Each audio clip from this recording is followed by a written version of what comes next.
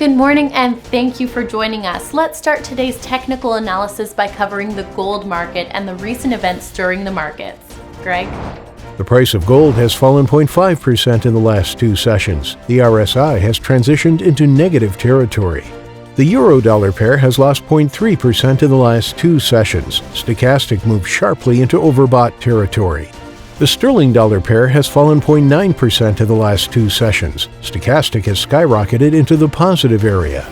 The Aussie-dollar pair has lost 0.6% in the last two sessions. The MACD has shifted into neutral territory. Thank you for sharing with us. Now let's hear from our news department.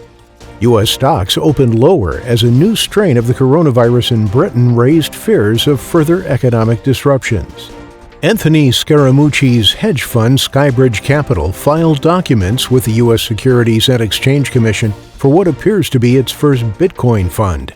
Nike Inc.'s better-than-expected fiscal second quarter was due in large part to the company's efforts in digital and growth in China, according to comments from Chief Executive John Donahoe. Thank you. Now let's hear today's most important economic events. The Eurozone's consumer confidence will be released at 10:00 GMT. The Eurozone's consumer inflation expectation at 10:00 GMT. The Eurozone's services sentiment at 10:00 GMT. The U.S. Chicago Fed national activity at 13:30 GMT. The U.S. 3-month bill auction at 16:30 GMT.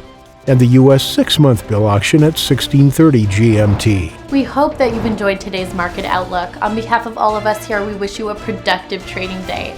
Be sure to join our next review for the latest news and events from the financial markets.